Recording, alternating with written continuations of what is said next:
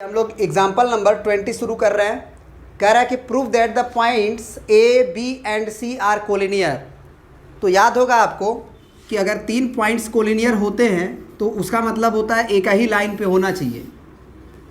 एक ही लाइन पे अगर तीनों पॉइंट होगा, अगर एक ही लाइन पे तीनों पॉइंट होगा तो उसे हम लोग कोलिनियर बोलते हैं। और एक ही लाइन पे अगर तीनों पॉइंट हुआ मान के चलिए तो कंडीशन क्या होगा ज़रा बताइए आप। याद है कुछ? अगर 3 पॉइंट एक लाइन पे ऊपर नहीं होगा तो एक ट्रायंगल बना लेगा। अगर 3 पॉइंट एक लाइन में नहीं होगा तो क्या बन जाएगा? एक ट्रायंगल। और जब ट्रायंगल बन जाएगा तो 2 साइड का सम जो होगा वो तीसरे से क्या होगा? बड़ा होगा। लेकिन अगर ये तीनों पॉइंट कोलिनियर होगा तो ये साइड का लेंथ जोड़ेंगे तो ये पूरे के पूरे साइड के लेंथ के बराबर होगा। समझ रहे बात को? तो एक बात सुनो ध्यान से, ये तो हम अंदाज से ना बी को बीच में रखे हैं। ऐसा भी तो हो सकता है कि सी बीच में आ जाए और बी उधर चला जाए। ऐसा हो सकता है कि नहीं कि ए यहाँ आ जाए, आपका सी यहाँ आ जाए और बी आपका यहाँ आ जाए, तो भी तो कोलिनियर है। तो इसीलिए कभी भी हमको काम करना है तो ये नहीं सोचना है कि बी ही बीच में होगा। हम क्या करेंगे कि हम तीनों लेंथ निकालेंगे, ए सी भी निकालेंगे, सी बी भी निकालेंगे और ए बी भी निकालेंगे।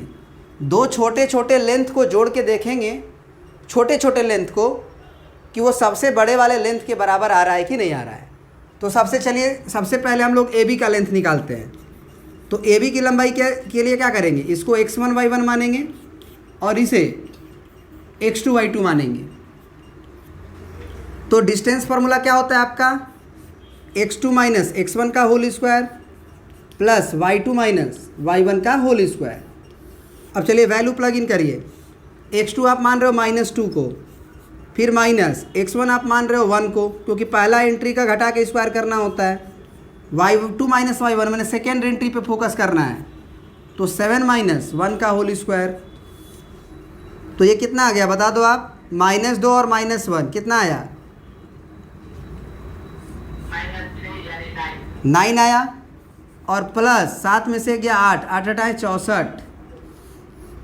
समझ में आ रहा? सॉरी 6 होगा, 36 हो जाएगा ना, सॉरी 36 हो जाएगा। 7 में से गया 6, 36 और 9 जोड़ेंगे तो 45।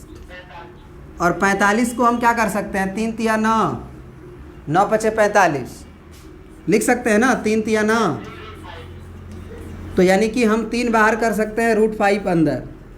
बहुत बढ़िया।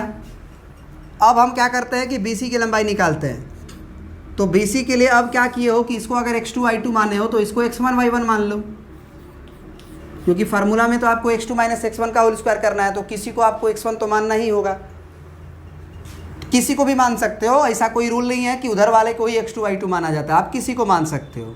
तो पहला एंट्री घटा के निकालो x2 माइनस x1 का होल स्क्वायर। तो x2 की जगह पे आपका -2 है और माइनस x1 की जगह पे 3 है, इसका होल स्क्वायर। फिर प्लस y2 माइनस y1, तो ये 7 है आपका, और y1 जो है आपका -3 है, तो प्लस हो जाएगा। तो ज़रा बताइए आप क्या होगा? ये -5 का स्क्वायर 25 और ये 7 और प्लस 3 हो जाएगा। तो 7 और 3 कितना हो गया? 10 और 10 का स्क्वायर 100। तो कितना आ गया? ये 125 आया ना। तो ये हम 5 गुने 5 गुने 5 कर सकते हैं। तो बाहर क्या आ जाएगा भैया? एगो 5 √5। समझ में आया?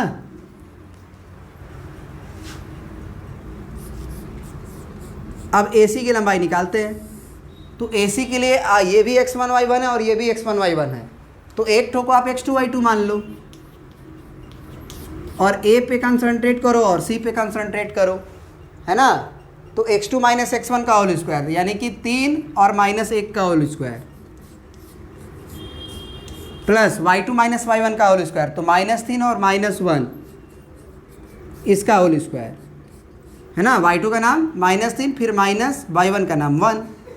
तो ये कितना होगा, 3 में से 1 गया कितना, 2 आया, तो 2 का स्क्वायर 4 हुआ, प्लस -3 -1 -4, -4 का स्क्वायर 16 हुआ। सही है, 16 4 20, 16 4 क्या हुआ, 20 हुआ। 20 को हम क्या लिख सकते हैं ज़रा बताओ, 2 गुने 2 गुने 5 लिख सकते हैं। तो ये 2√5 आएगा। अब ज़रा बताओ किसके, कौन सा छोटा छोटा लेंथ किसके बराबर आ रहा है,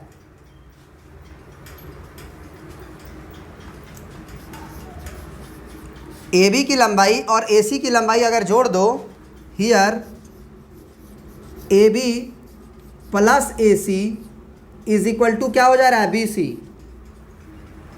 तो अब बताओ कौन सा पॉइंट अंदर होगा और कौन सा पॉइंट बाहर होगा, अगर इसका एक्चुअल फिगर बनाने की बात किया जाए तो।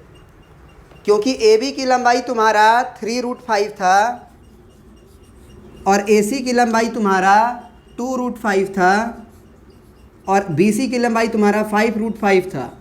तो 3 और 2 5, 5√5 आ जाएगा। तो यहाँ पे अगर हम फिगर बनाने की बात करें तो हमको कॉमन पॉइंट जो A है, लग रहा है ना आपको A, वो बीच में रखना पड़ेगा, और यहाँ B और यहाँ C।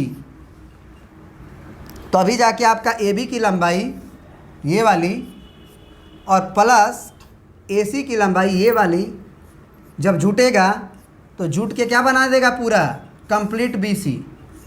तो एक्चुअल फिगर हम जानते नहीं हैं क्योंकि वो अंदाज से बनाया जाता है, लेकिन ये ज़रूर जानते हैं कि 2 छोटी छोटी लंबाई बड़ी की बराबर होगी।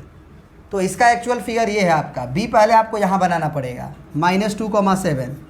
तो अगर आपको पहले बनाना है तो पहले आप कोई भी नहीं बना सकता है, तो आप ऐसे ही करो, सबसे पहले रफ फिगर बना लो, छोटी छोटी लंबाई को बराबर कर लो, बड़े की लंबाई के बराबर, वो रिजल्ट आ जाएगा। क्या ये बात समझ में आया, प्रूव्ड, लास्ट में लिख दीजिएगा प्रूव्ड।